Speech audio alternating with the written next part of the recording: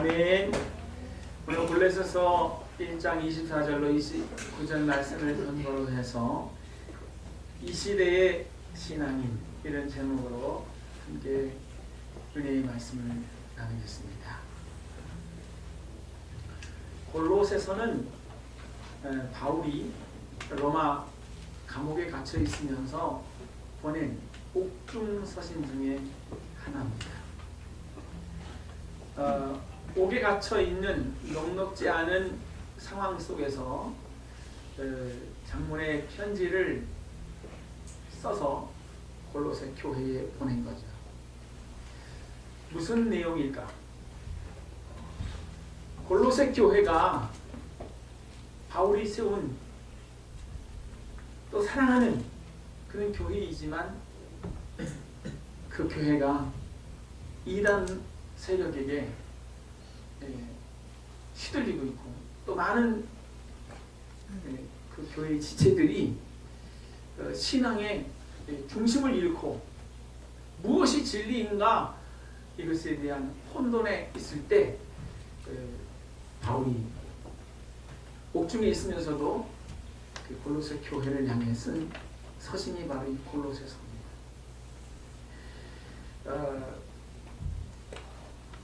교회 안에 들어온, 즉 당시 골로새 교회 안에 들어온 이단은 유대주의 의식입니다. 유대의식주의. 뭐 해야 된다고? 예수 믿는다고 구원받는 게 아니라 먼저 뭐가 돼야 된다고 하면 예수 믿는 것보다도 먼저 유대인이 돼야 됩니다. 그래서 뭐 하라고 하냐면 할례 받아야 됩니다. 유대인도 안 돼서 예수 믿으면 이건 반쪽이에요. 유대인이 되고 난 다음, 즉 할례를 통해서 유대인이 되었음을 확인하고 난 다음에 예수를 믿어야 구원을 받습니다. 이게 맞아요? 틀려요? 믿기만 하면 됩니다. 이스라엘 사람이 돼야 되는 게 아니라 예수를 믿기만 하면 되는 거예요. 또 금욕주의가 들어왔습니다.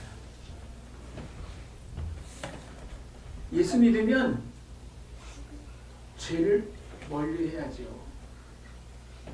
예수 믿는 사람은 세상과 달라야 됩니다.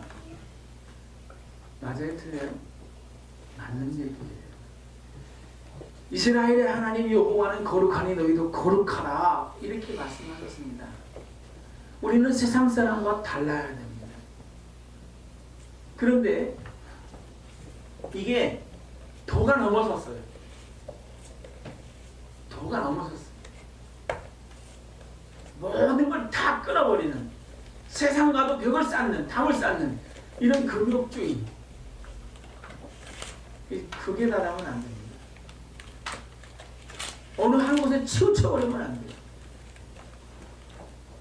진짜 그래야 되는 것 같아서 모든 걸 다 끊고 정말 고통스럽게 신앙생활을 하는 거예요. 또 영지주의, 영혼과 육체를 구분합니다. 영혼은 하나님의 형상이고 육체는 어때요? 세상 거잖아요. 흙이잖아요. 그래서 어차피 죽으면 흙은 땅에 묻어버리는 거고, 그래서 영혼만 구원받는다. 육체는 어떻게 해요? 마음대로 해도 되는 거예요. 이미 한번 구원받았으니까 그 구원받은 하나님의 백성을 하나님이 어찌 하겠냐. 마음대로 살아라. 즐겨라. 이게 영지주의입니다. 유대주의, 금욕주의, 영지주의, 또 천사 숭배주의. 여러분, 천사는 육체를 가지고 있지 않습니다.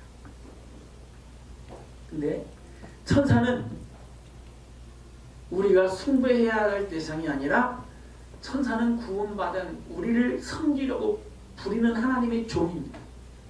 아멘? 가브리엘 천사장, 그죠? 미카엘 천사장, 그들이 우리를 위해서 일하는 거예요. 그들이 우리를 도와주면 감사하죠, 그죠? 그래서 그 천사들한테 기도를 하고 막 숭배를 해요. 근데 아니라 우리가 그들을 다스리는, 즉 구원받은 후사들이 그들을 다스리는 존재입니다. 아멘. 그래서 바울이 그걸 가르쳐 주는 거예요. 대부분 이단들이 왜 만들어지느냐면 가장 중요한 건 뭐냐면 하나님에 대해서, 예수님에 대해서, 성령님에 대해서 잘 모르고 그 오해로 인해서 시작되는 경우가 참 많아요. 지금도 보면 우리가 사는 이 시대에 나타나고 있는 이단들을 보면 뭐라고 해요? 자기가 보혜사라, 자기가 그리스도라, 자기가 하나님이다, 하나님이라고 하는 것이 많았어요. 우리나라에 그런 사람들이. 근데 그 하나님들은 다 죽더라고요. 남편 하나님이 죽으니까 부인이 어머니 하나님이 되더라고요. 근데 거기에 미혹이 돼서 같이 끌려가는 거예요. 왜 그러죠? 잘 몰라서. 너무 성경을 모르고 있는 가운데 그들이 그렇게 설명을 하니까 그렇겠지, 설마 없는 소리 하겠어? 하고 쫓아가는 거예요. 여러분, 우리가 성경을 읽어야 될 줄 믿습니다. 복 있는 사람이 어떤 사람이 복 있는 거예요? 여호와의 말씀을 즐거워하여 그 율법을 주야로 묵상하는 자라. 하나님이 내게 뭐라고 말씀하셨는가, 어떤 언약을 주셨는가, 나는 어떻게 살아야 되는가를 늘 묵상하고 그 말씀에 준하여 사는 성도의 삶이 되어야 된다고, 그것이 진짜 복이라고 말씀하신 줄 믿습니다. 그러므로 우리는 그리스도가 누구신지 아는 것이 굉장히 중요합니다. 예수님이 누구시라는 거 다 아시죠? 성경에서 뭐라고 말씀하셨는가를 알아요. 에베소서 1장 17절에 우리 주 예수 그리스도의 하나님, 예수가 누구라고요? 하나님, 성자 하나님이라.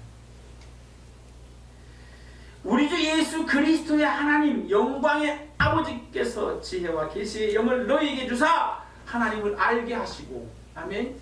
우리 기도할 때 뭐라고 해야 돼요? 하나님, 내게 지혜와 계시의 영을 주셔서 예수가 하나님이심을 알게 하여 주옵소서.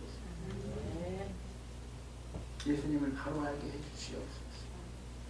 영생은 곧 그리스도를 아는 것이라 했습니다. 우리 그렇게 기도하셔야 돼요. 아멘. 그 다음에 골로새서 1장 9절에 하나님을 아는 것에서 자라게 하시고. 아멘.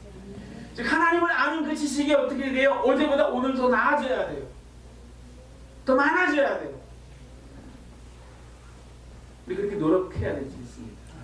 한번 들어서 알았으니, 한번 들어서 믿었으니 그것으로 끝 아니라 그 하나님이 어떤 분인가를 다 알아야 돼요. 저 박현미 씨 만나가지고 연애하다가 결혼해가지고 지금 30년, 내년이 만 30년 됩니다. 제가 다 알까요? 지금도 배워갑니다. 아, 이 사람이 이렇구나. 배웁니다. 지금도. 다 아시나요? 사람도 다 모르겠는데 하나님을 어떻게 다 알겠습니까? 그래서 그 하나님을 자꾸 배우려고 하고 그 하나님을 더 알려고 하고. 아멘. 그냥 성경으로 아니라 그 말씀을 준행해서 그 말씀으로 인해서 그 하나님을 체험하고 경험하고 느낄 수 있는 이런 은혜가 저와 여러분 모두에게 함께 하시기를 주의 이름으로 축복합니다. 네. 오늘 골로새서 1장 21절로 22절에도 이렇게 말했습니다. 예수 그리스도는 전에 악한 행실로 멀리 떠나 마음으로 하나님과 원수되었던 우리를 이제는 그의 육체의 죽음으로 말미암아 하나님과 화목하게 하셨다. 예수님이 어떤 분이세요? 네, 하나님 떠나 살던 우리를 위해서 화목하게 하시려고 십자가 지신 그분이 예수님이십니다. 아멘. 또한 예수 그리스도는 우리를 거룩하고 흠없고 책망할 것이 없는 자로 하나님 앞에 세우고자 하셨다. 할렐루야. 이러한 예수를 우리가 알아야 돼요. 머리로만 아니라 그분을 가슴으로 삶으로 체험하는, 그리고 그 확신 가운데서 고백하고 찬양하고 예배하는 이런 삶이 우리 가운데 펼쳐져야 될 줄 믿습니다. 바울은 오늘 골로새서 1장에서 예수님의 그 탁월함을 10가지로 말하고 있어요. 첫째, 보이지 아니하는 하나님의 형상인 예수 그리스도라. 할렐루야. 예수님은 보이지 않는 하나님을 보여주는 분이셨습니다. 또 뭐가 그러죠? 예수님, 우리에게 하나님 좀 한번 보여주세요. 예수님 뭐라 그러죠? 이제까지 내가 너희와 함께 하고 있었는데 뭐 또 하나님을 보여달라고 해. 나를 본 것이 곧 하나님을 본 것이다. 이렇게 말씀하셨어요. 예수님이 누구세요? 하나님이세요. 그분이 육신의 몸을 입고 오셨지만 육신 가운데 갇혀 있는 분이 아니라 모든 것을 통치하시고 다스리시는 전능의 하나님인 것을 보여주셨어요. 아멘. 예수님을 보고 뭐 하는 사람들이 그렇게 말합니다. 저간 위기에, 저분이 도대체 어떤 분위기에 바람과 파도가 그 말씀 앞에 순종을 합니다. 아니 저분이 어떤 분위기에 보리떡 5개 물고기 2마리를 들어서 하늘으로 축사하시고 띄워주시는데 수많은 사람이 배불리 먹고 남은 것이 12 가운데는 기적이 일어나는 거예요. 여러분, 우리는 과학을 갖고 있습니다. 과학적 지식을 갖고 있습니다. 근데 예수님은 그 과학적 지식을 어떻게 해요? 넘어서고 계시잖아요. 그죠? 모든 자연의 이치를 다 넘어서고 계세요. 뭐 하신 분으로? 전능하신 분으로. 할렐루야. 전지하신 분으로. 예수님이 그렇게 보여주셨어요.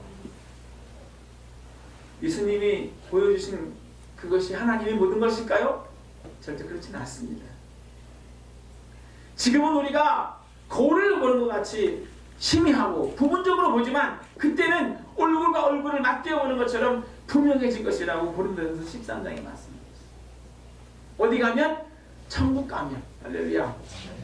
그래서 우리는 예수님을 통해서 하나님을 맛보았습니다. 오늘 우리가 예배하는 이 자리를 통해서도 살아계신 하나님을 맛보게 되시기를 주의 이름으로 축원합니다.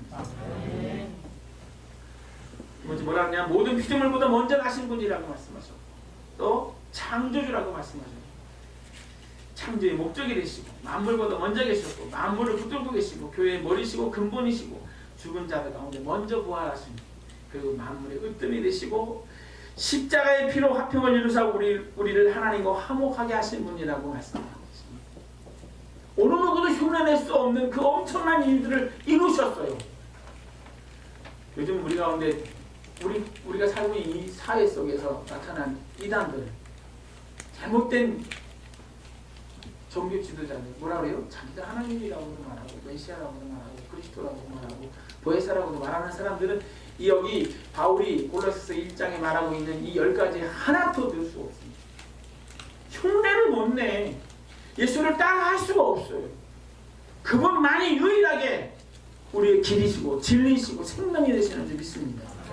사도행전 4장 12절에 뭐라 그랬어요? 베드로가 설교하면서 성령 충만한 베드로가 예수 그리스도 이외에는 구원받을 만한 다른 이름이 주어진 적이 없다고. 아멘. 이분이 우리의 하나님이시고 이분이 우리의 그리스도요 메시아 보혜사이신 줄 믿습니다. 오늘 본문 29절에 이를 위하여 나도 내 속에서 능력으로 역사하시는 이의 역사를 따라 힘을 다하여 수고하느라. 뭘 수고해요? 우리를 세우고자 원했어요. 우리를 하나님의 사람으로 세우기 원해서 우리 교회를 하나님의 교회로 세우기 위해서 28절 그걸 위해서 수고한다고.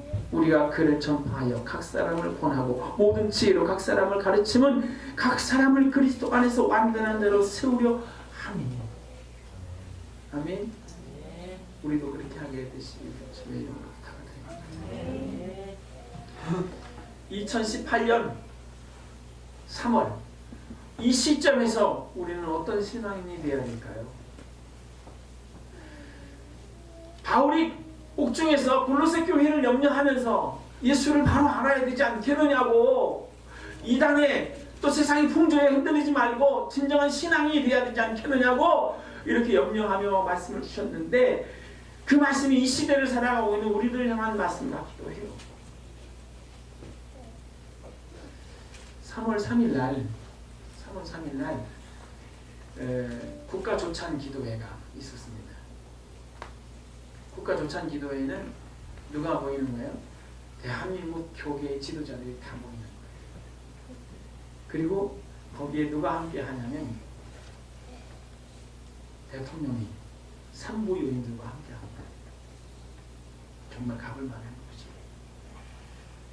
근데 올해 3월 3일 날 있었던 국가조찬 기도회는 50번째 맞이하는 국가조찬 기도회였어요.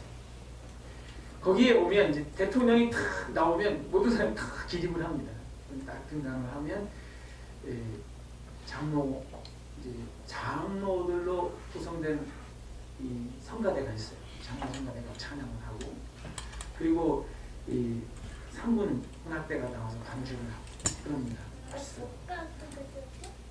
그런데 거기에 대통령이 나와서 먼저 인사를 하고, 근데 대통령이 언론을 보니까 대통령이 국민을 향해서, 대한민국의 모든 신앙인들, 성도 여러분을 향해서 이 연설을 하는데 그게 목사 설교 같더래요. 은혜롭다라는 거죠. 그 다음에 나와서 이제 목사가 설교를 해요. 근데 그 설교는 굉장히 다분히 정치적이더래요.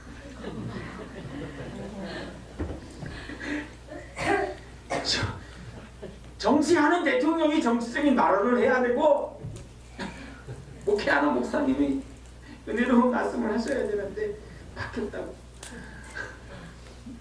그게 바뀌었다고 이렇게 말을 하면서 나왔어요. 도대체 왜 이럴까?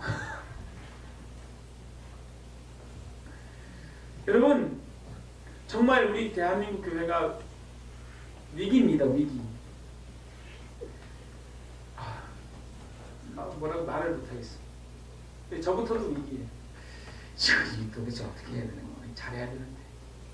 이런 생각을 많이 합니다. 그러면 오늘 이 본문 말씀에 순해서 이 시대에 우리는 어떤 신앙으로 삶을 살아가야 될까요? 첫째, 여러분 구별된 모습이어야 될지 믿습니다. 아멘. 요한복음 15장에 18절부터 말씀을 제가 한번 읽어드릴게요. 세상이 너희를 미워하면 너희보다 먼저 나를 미워한 줄을 알라. 너희가 세상에 속하였으면 세상이 자기의 것을 사랑할 것이나 너희는 세상에 속한 것이 아니요 도리어 세상에서 나의 택함을 입은 자인 고로 세상이 너희를 미워하느니라. 여러분, 세상 사람들이 예수님 좋아해요? 세상 사람들이 하나님 좋아해요? 그냥 알고만 있지 좋아까지는 아니에요. 그죠? 그런데 시대를 보면, 시대적 상황을 보면 우리나라에 복음이 들어왔어요. 언제? 조선 말에 구교를 통해서 먼저 들어왔습니다. 그때 복음이 전파될 때 우리나라는, 조선은 뭐가 중심이 된 나라입니까? 유교, 사대주의가 중심이 된 나라였어요. 그런데 거기에 기독교 복음이 들어왔습니다. 십자가의 복음이 들어왔습니다. 십자가는 어때요? 이 신분 계층이 없어요. 모두가 다 평등이에요. 형제요, 자매요, 그죠? 그리고 하나님 이외에는 다른 신이 없어요. 전하지 않아. 누구한테도 전하지 않아요? 조상에게도 전하지 않아요. 그렇다고 조상을 무시하냐? 안 그래요. 하나님의 계명 속에 크고 둘째 되는 계명이 뭡니까? 내 이웃을 내 몸과 같이 사랑하라. 그렇죠? 근데 그 이웃 중에 가장 존귀한 이웃이 누군지 아세요? 첫 번째 되는 이웃이 누군지 아세요? 부모예요. 부모. 내 부모를 공경하라. 그리하면 내가 땅에서 잘되고 장수하리라. 이것이 약속이 있는 첫 번째 계명이라고 했습니다. 그런데 살아계신 부모님 앞에는 엎드려 절하고 살아계신 부모님 앞에는 효를 다해야 돼요. 최선을 다해야 돼요. 공경해야 돼요. 공경. 그런데 그 부모님이 계신 방에 들어갔더니 어머니 다녀왔습니다 하고 인사드리려고 먼 타지 갔다 돌아와서 인사드리려고 방에 들어갔더니 어머님이 주무시고 계셔. 그러면 인사해요 안 해요? 주무시고 계시면 인사해요 안 해요? 안 하죠. 그냥 나와요. 왜요? 주무시니까 내가 절해도 알아요 몰라요? 모르시니까 내가 절을 해도 너 왜 어디 갔다 와서 절도 안 하냐? 인사도 안 하냐?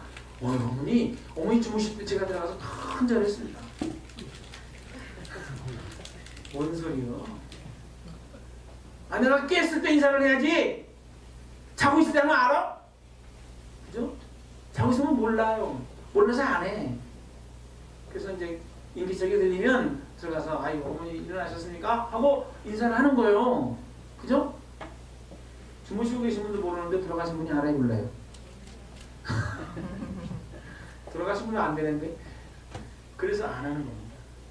언제 해요? 살아계실 때 하는 거예요. 어디 가면 또 해야 돼요? 천국 가면 거기서 다 보면 거기서 또 우리가 해야 되겠지. 그죠? 거기서 주님을 경배하고 하나님을 경배하는 거기서 만약에 내 부모 형제를 본다고 하면 그죠? 그때 얼마나 반갑고 얼마나 기쁘고 얼마나 즐겁겠습니까? 그죠? 할렐루야. 네. 근데 조선시대에 기독교가 전파되면서 그들이 모여서 뭐래요? 돌아가신 분은 이미 천국으로 가신 거예요. 그 부자와 거지 나사로의 얘기 아시죠? 아브라함의 품에 안겨서 쉬고 있는 안식하는 나사로. 그 다음에 음부에 떨어져서 고통 중에 신음하고 있는 부자. 거기서 들을 수도 있고 올 수도 있고 그게 아니에요. 우리가 밥상치는 온다고 오셔서 드시는 게 아니에요. 그런데 조선날에 정말 극렬하게 기독교를 박해했습니다.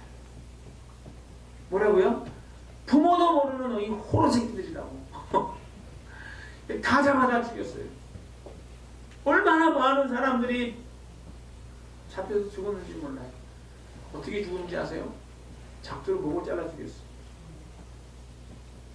여기 한강변에 가다 보면은 강북 강변도로 가다 보면은 난지도 근처 가기 전에 보면 거기에 절두산 성지가 있어요.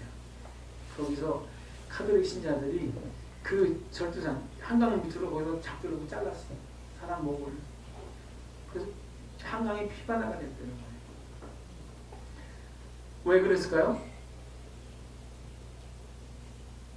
기독교 신앙이 조선말에 유교 신앙하고 달랐어요. 달라서 박해를 받은 겁니다. 어디서 이런 대먹지 못한 종교를 가져왔냐고 해서 죽인 거예요. 여러분 일제시대 때는 어땠습니까? 일제강점기 때 일본 사람들이 신사를 만들어 놓고 엎드려 절하게 했습니다. 일본 천황이 신이라고, 신의 아들이라고. 생각 없는 모든 국민들은 다 그냥 하라니까 가서 어떻게는 또 절하고 와서 자기 일상에 들어갔어요. 아무런 불편함이 없어. 그냥 시키는 대로 하면 아무 문제가 없어. 그런데 누구만 반대해요? 일부 기독교 지도자들만 반대하는 거예요. 그 일부 기독교 지도자들이 뭐라고 그래요? 그건 우상 숭배입니다. 이렇게 가르치니까 그 가르침을 받은 성도들은 절대 신사에 안 가. 전하지도 않아. 달라요. 생각이 달라요. 가치 기준이 달라요. 사는 방법이 달라요. 그래서 박해를 받습니다. 손해를 봅니다. 대표적인 목사님이 뭐예요? 주기철 목사님 아시잖아요. 그분 말하는 죽음은 죽으리라. 일사가보에 한 번 죽는 건데 이런 놀라운 신앙의 어쩌고 유산을 우리에게 남겨주셨어요. 6.25 동란 때 많은 공산군이 누구를 죽였어요? 네, 기독교인들을 죽였습니다. 여러분, 공산군이 딱 남침에서 들어올 때 일반 평민들은 죽이나요, 안 죽이나요? 무조건 다 죽이는 것 같죠? 그렇지 않아요. 전쟁이 나면 다 죽이는 게 아니라 뭐 갖고 있는 사람만 죽여요? 네, 총 갖고 우리를 향해서 쏘는 사람만 죽이는 거예요. 우리가 북한에 들어가도 북한군 보이는 대로 다 죽이는 거예요? 북한 사람들? 안 그렇거든요. 총 갖고 대적하는 사람들만 죽입니다. 그죠? 전쟁은 다 그래요. 그런데 그 북한군이 남한을 점령하고 나서 남한에 있는 사람들 중에 누구를 색출해내냐면 누구 색출해내요? 교회 종교 지도자들을 색출해냅니다. 왜요? 공산주의는 무신론자예요. 유물론주의잖아요. 그래서 신앙생활하고 있는 사람들, 종교는 아편이라고 생각해가지고 교회를 박해했습니다. 정말 비참하게 목회자들을 죽였고 열심히 신앙생활하는 사람들을 죽였습니다. 왜 그렇죠? 달라서 그래. 달라서. 그냥 술에 물 탄 듯, 물에 술 탄 듯 그냥 좋은 게 좋은 거지 뭐 이렇게 해가지고 그냥 이렇게 했으면 아무도 안 죽었을 것 같아.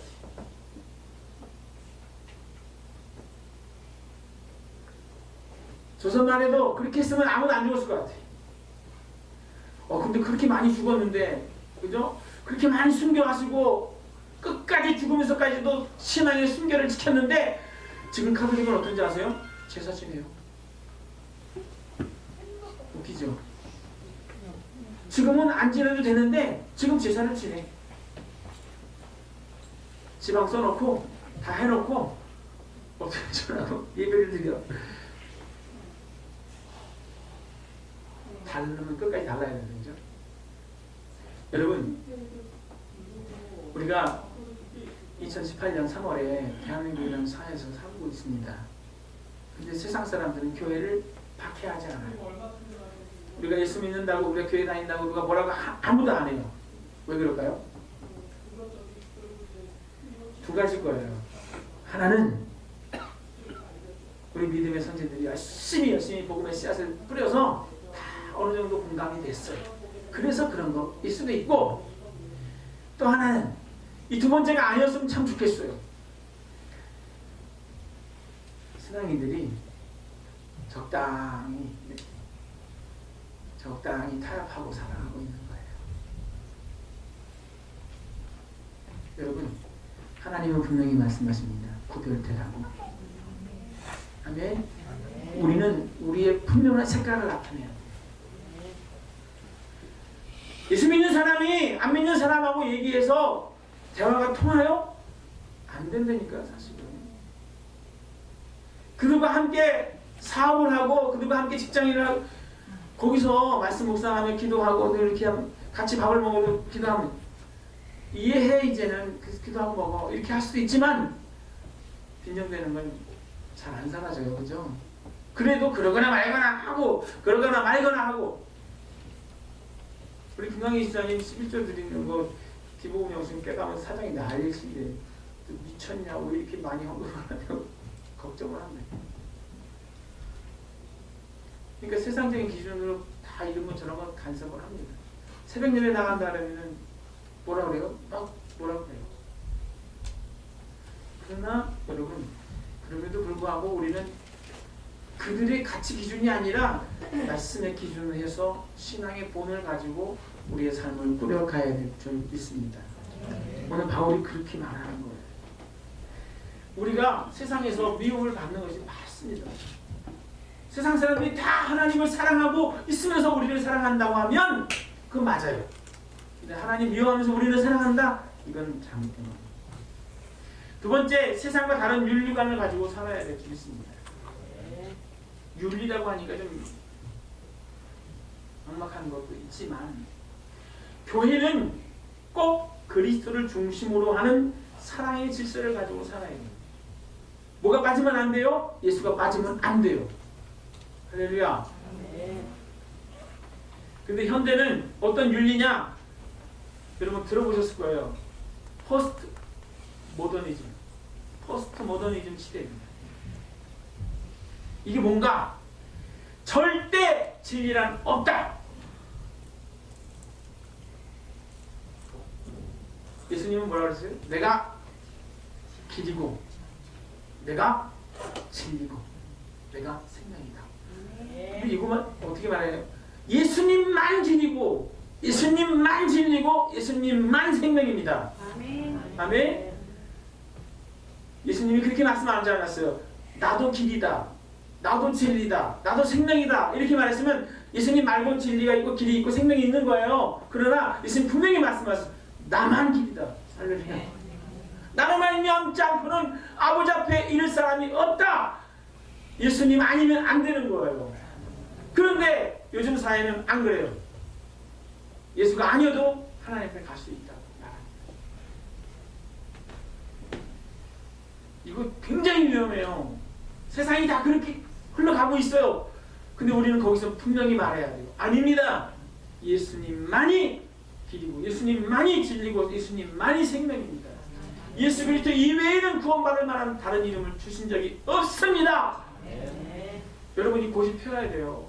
절대 진짜 1.1획도 타협할 수 없는 우리의 신앙의 기준이고 자존심이고 생명입니다. 내가 느끼고 믿는 것이 진리라고 세상 사람들은 말합니다. 구원 얻는 길이 예수 아니고 다른 종교에 있다고 말합니다. 그래서 일부 종교 지도자들이 참 모양이 좀 안 좋죠, 그죠? 그 목사, 신부, 스님, 본불교, 무슨 교회가 다 같이 모여서 회의하고 이렇게 해요. 서로 거기서 기도하는 기도문을 보면 기가 막혀요. 목사가 기도한 내용, 그 KNCC라고 하네, NCCK라고 그 사람들이 모양은 그래요. 세상을 변화시키는데 우리만 갖고 되겠느냐? 다 배척하고 어떻게 하겠느냐? 그들과 같이 얘기해야 되지 않겠느냐? 라고 하는 선한 것 같지만요. 그 결론이 뭐예요? 결론은 나무함이 타고를 하는 거예요. 여러분, 예수님이 그렇게 시키지 않으셨어요. 윤리는, 기독교 윤리는 예수가 빠진 윤리가 되면 안 된다는 거예요. 절대 타협할 수 없는, 우리가 생명을 걸고도 지켜야 되는, 이것이 바로 뭐예요? 예수가 중심된 윤리입니다.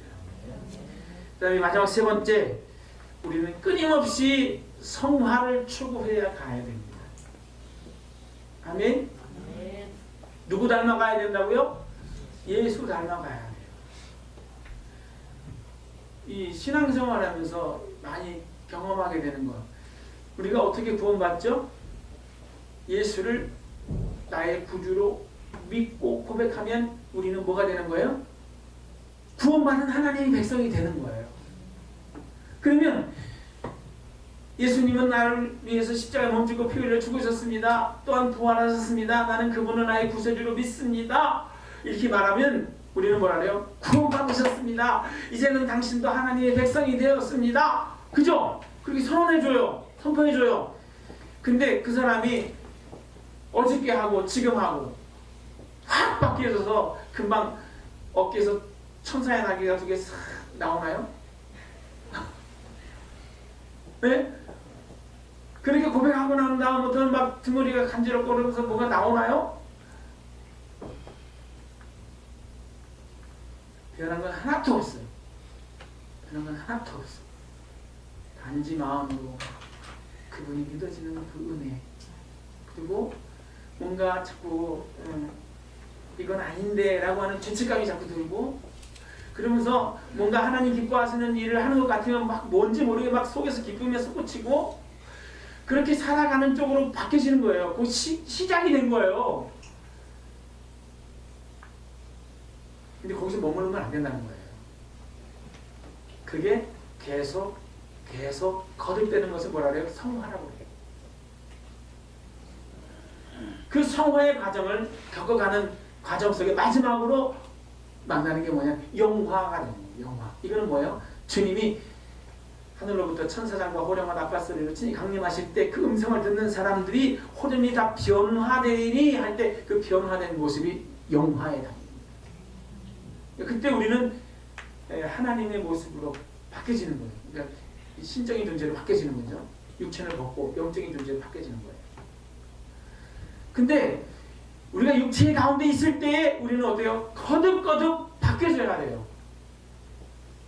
내가 주인 삼은 모든 건 내려놓고 이렇게 자꾸 내려놓는 일들을 하고 세상적인 것들을 내려놓으려고 하고, 그죠? 믿는 사람이 신앙이 오래되면 어때요? 이상하게 있잖아요. 믿는 사람들은 세상 친구들이 자꾸 끊어져요. 그리고 예수 믿는 사람들끼리만 이렇게 인맥이 구성이 돼요. 이게 좋은 것도 있지만 나쁜 것도 있어요. 그렇지만 분명한 것은 뭐예요? 자꾸 정리가 된다는 거예요. 왜 정리가 되냐? 말이 안 통해 세상 사람들하고.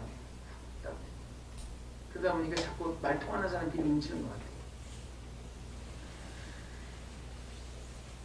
여러분, 세속적이라고 생각되는 것들 자꾸 내려놓으시기 바랍니다. 초대교회에 서리집사를 세울 때 기준이 있어요. 서리집사를 세울 때 기준이 있어요. 서리집사가 아니지, 집사를 세울 때 기준이 있어요. 뭔지 아세요? 칭찬받는 사람. 또 뭐예요? 성령 충만한 사람. 그게 뭔지 아세요? 술에 임박하지 않은 사람. 여러분, 우리가 정리할 것은 정리할 줄 알아요. 내려놓으셔야 돼요. 우리 성도님들 가운데도 그런 분들 계세요. 아직 담배를 못 끊으신 분들도 있고 술을 못 끊으신 분들도 있어요. 우선 술 끊어야 되나요? 가장 어려운 거. 저는 편하게 얘기했습니다. 성경에서도 예수님이 술을 주신다고. 그러나 교회 안에서는 술에 임박힌 사람은 안 됩니다. 뭐 할 줄 알아야 돼요? 절제가 있어야죠. 장소 구분할 줄 알고 때 구분할 줄 알고, 그걸 구분할지 모르면 어떻게 해도 하지 말아요. 세상 사람들, 이 대한민국 사회 속에서 기독교인 하면 세상 성경이 정한 기준은 아니지만 이 대한민국 사회에서 사람들이 같이 기준이 있어요. 평가 기준이 있어요. 예수 믿는 사람 뭐 하는 사람이에요? 술, 담배 안 해요.